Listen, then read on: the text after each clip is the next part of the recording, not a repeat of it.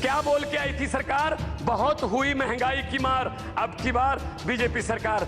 जिस घर में एलजी रहते हैं उस घर में अंग्रेजों के जमाने में वायसराय रहते थे। शायद वायसराय की आत्मा एलजी में घुस गई है। कहां गई वो 100 दिन में काले धन की बात? पिछले 4 साल से देश की जनता सुन रही है सिर्फ रेडियो पर मन की बात।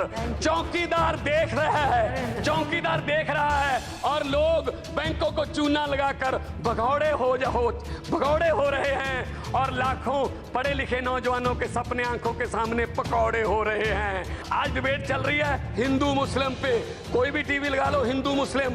ये देश में जो ये विभाजन की जो राजनीति है ये बहुत ही खतरनाक है, ये बहुत ही देश को बांटने वाली बात है। 90% जो कुर्बानियां देने वाले पंजाबी जिन्होंने देश आजाद कराया, उस आजाद देश का प्रधानमंत्री 90 सेकंड तक भी वो पगड़ी को अपने सर पे नहीं रखता। 5 सेकंड में उन्होंने पगड़ी फेंक। मैं इस नो कॉन्फिडेंस मोशन के पक्ष में बोलने के लिए खड़ा हूं। मैं अपने टीडीपी वाले मित्रों से संवेदना रखता हूं। मैं उनसे कहना चाहता हूं कि ये पहला वादा नहीं है जो मोदी जी मुकरे हैं। ये स्वामीनाथन का वादा करके भी मुकरे हैं, ये 2 करोड़ नौकरियां देने का वादा करके भी मुकरे हैं। ये मुकरने के माहिर हैं, इसलिए मैं आपसे संवेदना रखता हूं, आपके पक्ष में हूं। इसलिए मैं ये कहना चाहता हूं आज मेरे मित्र जो हैं जो बोल रहे थे, आज मेरे मित्र बीजेपी के जो जितने भी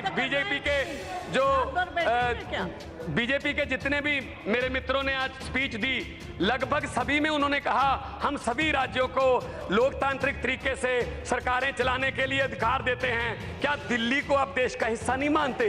दिल्ली में आप क्या कर रहे हैं? दिल्ली में चुने हुए मुख्यमंत्री, दिल्ली का चुना हुआ मुख्यमंत्री 9 दिन तक एलजी के वेटिंग रूम में उसके घर में उसको मिलने के लिए वेट कर रहा है। 9 मिनट नहीं मिले उसको मिलने के लिए। क्या ये लोकतंत्र है? 4 राज्यों के मुख्यमंत्री आए, उनसे भी एलजी नहीं मिले। मैडम स्पीकर, जिस घर में एलजी रहते हैं उस घर में अंग्रेजों के जमाने में वायसराय रहते थे। शायद वायसराय की आत्मा एलजी में घुस गई है। क्या लाट साहब के डंडे से दिल्ली चलाओगे? क्या ये लोकतंत्र है कि ये फेडरल स्ट्रक्चर के लिए बहुत बड़ा खतरा है? ये गोवा में भी ऐसे करते हैं, ये अरुणाचल प्रदेश में भी ऐसे करते हैं। मैडम, मैं आगे कहना चाहता हूं, प्रधानमंत्री जी जब किसी स्टेट में जाते हैं तो उस स्टेट की जो ट्रेडिशनल उसकी ड्रेस होती है वो उनको पहनाई जाती है। दुख से कहना पड़ रहा है कि पिछले दिनों प्रधानमंत्री जी पंजाब के दौरे पर गए, उनको पगड़ी पहनाई गई। 90% कुर्बानियां पंजाब देश को याद कराने के लिए पंजाबियों की हैं। दुख से कहना पड़ रहा है 90% जो कुर्बानियां देने वाले पंजाबी जिन्होंने देश आजाद कराया, उस आजाद देश का प्रधानमंत्री 90 सेकंड तक भी वो पगड़ी को अपने सर पे नहीं रखता। 5 सेकंड में उन्होंने पगड़ी फेंक दी। इससे पता चलता है कि माइनॉरिटीज की कितनी कदर है प्रधानमंत्री के दिल में। मैडम मैं ये कहना चाहता हूं, आज डिबेट किस बात पे चल रही है? बेरोजगारी पे तो कोई डिबेट ही नहीं चल रही। आज डिजिटल इंडिया पे तो बात ही नहीं कर रहा। आज डिबेट चल रही है हिंदू मुस्लिम पे। कोई भी टीवी लगा लो हिंदू मुस्लिम। ये देश में जो ये विभाजन की जो राजनीति है ये बहुत ही खतरनाक है, ये बहुत ही देश को बांटने वाली बात है। मैडम, पेट्रोल और डीजल के भाव कहां चले गए?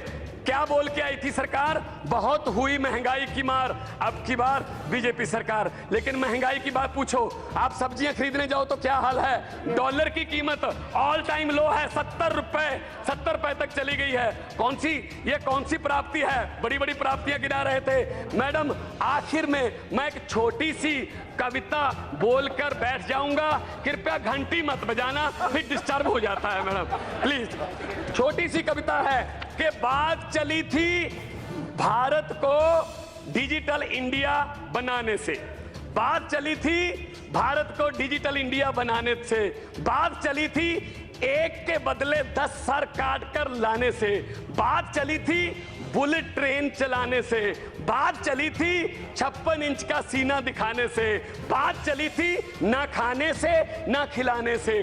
कहां गई वो 100 दिन में काले धन की बात? पिछले 4 साल से देश की जनता सुन रही है सिर्फ रेडियो पर मन की बात। चौकीदार देख रहा है, चौकीदार देख रहा है और लोग बैंकों को चूना लगाकर भगौड़े हो भगौड़े हो रहे हैं और लाखों पढ़े लिखे नौजवानों के सपने आंखों के सामने पकौड़े हो रहे हैं। अब तो साहब के ऑफिस से मेन्यू बनकर आता है कि हमने क्या पहनना है और हम क्या खाने वाले हैं। मोदी जी, अच्छे दिन कब आने वाले हैं? बहुत बहुत शुक्रिया।